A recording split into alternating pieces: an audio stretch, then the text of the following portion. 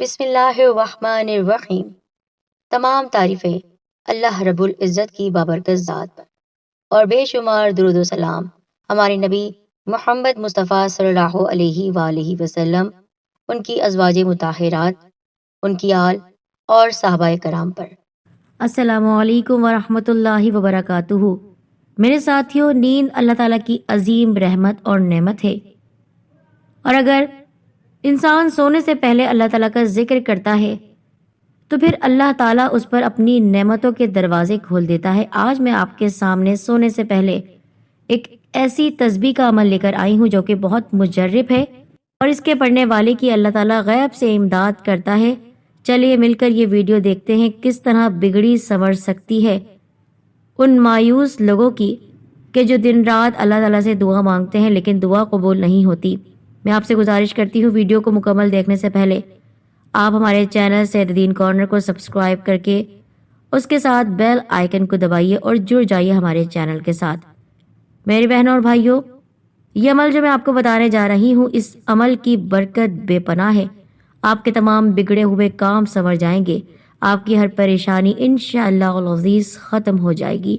اللہ تعالیٰ آپ کو آپ کے ہر مقصد میں کامیابی عطا فرمائے گا، کیونکہ سورہ القصص میں فرمایا گیا ہے وَمِن رَحْمَتِهِ جَعَلَ لَكُمُ اللَّيْلَ وَالنَّهَارَ لِتَسْكُنُوا فِيهِ وَلِتَبْتَغُوا مِن فَضْلِهِ وَلَعَلَّكُمْ تَشْكُرُونَ، اور اس نے اپنی رحمت سے تمہارے لیے رات اور دن کو بنایا تاکہ تم اس رات میں آرام کرو اور دن میں اس کا فضل یعنی روزی تلاش کر سکو تاکہ تم شکر گزار بنو۔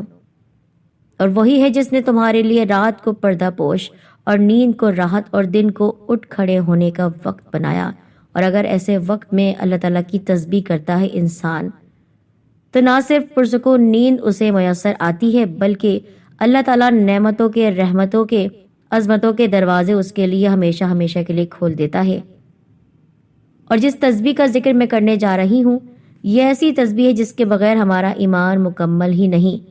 ہمارے دین کی پہچان ایک مسلمان جب پہلی بار کلمہ پڑھتا ہے تو وہ کیا کہتا ہے؟ لا الہ الا اللہ محمد رسول اللہ، اللہ تعالیٰ کی ذات پر یقین اور محمد صلی اللہ علیہ وآلہ وسلم بے شک اللہ کے رسول ہیں۔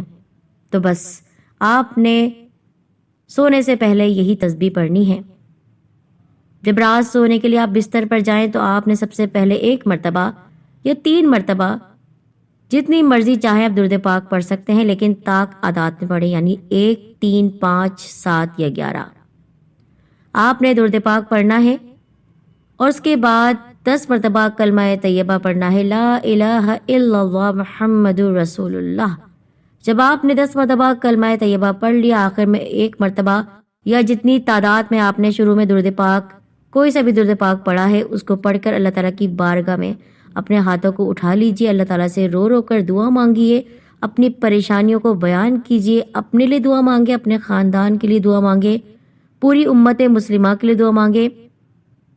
آپ کا جو بھی کام ہوگا انشاءاللہ بن جائے گا، اس عمل کی برکت سے آپ کا وہ معاملہ حل ہو جائے گا، آپ کے گھر سے پریشانیاں ختم ہو جائیں گی، اللہ تعالیٰ کی رحمت آپ کے گھر پر موسلا دھار بارش کی طرح برسنا شروع ہو جائے گی، اور اللہ تعالیٰ آپ کو اتنا رزق عطا کرے گا کہ جس میں سے صرف خیر و برکت ہوگی۔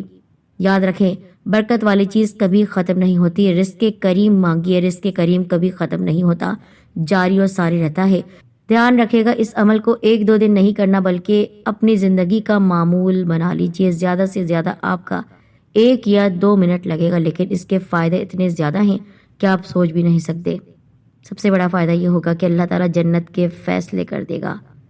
جس کے لیے جنت کے فیصلے ہو جائیں اس کو اور کیا چاہیے، یہاں تک کہ دنیاوی پریشانیاں بھی انشاءاللہ ختم ہو جائے گی۔ تو آپ نے یہ تسبیح ضرور کرنی ہے رات کو سونے سے پہلے۔ اس عمل کی اجازت عام ہے، جس کو چاہے آپ بتا سکتے ہیں، بلکہ فائدہ ہی فائدہ پہنچائیے تمام لوگوں تک۔ آپ ہماری تمام ویڈیوز شیئر کریں۔ جزاک اللہ خیر۔